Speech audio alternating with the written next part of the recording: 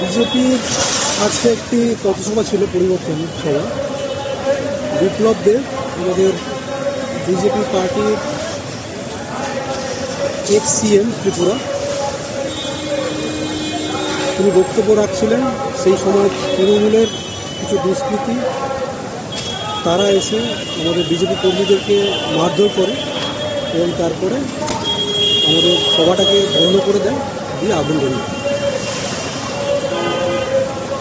বেহালা শখের বাজার ডায়মন্ড হারবার রোডের উপরে এই সভা রয়েছে।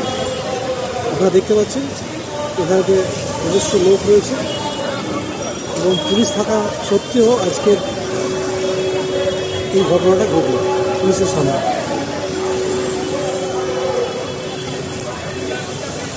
তৃণমূলের যারা দুষ্কৃতী রয়েছে তারাই ঘটনাটি ঘটাবে।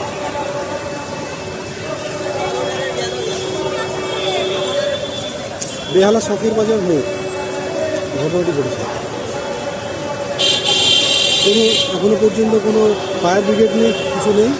পুলিশের কিছু লোক রয়েছে যারা দেখছে দাঁড়িয়ে দাঁড়িয়ে।